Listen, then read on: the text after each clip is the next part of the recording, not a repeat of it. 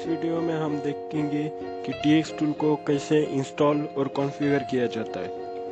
Txtool एक Python में बना फ्रेमवर्क है जिसका यूज़ बग हंटर्स और इथिकल हैकर्स पेनिट्रेशन टेस्टिंग के वक्त लेते हैं। Txtool को टर्मक्स में इंस्टॉल करने से हम स्मार्टफोन से, एंड्रॉयड फ़ोन से पेन टेस्टिंग कर सकते हैं। और ये इसका इंस्टॉलेशन वीडियो है और इसका प्रैक्टिकल वीडियो भी जल्द ही हमारे YouTube चैनल पर आ जाएगा।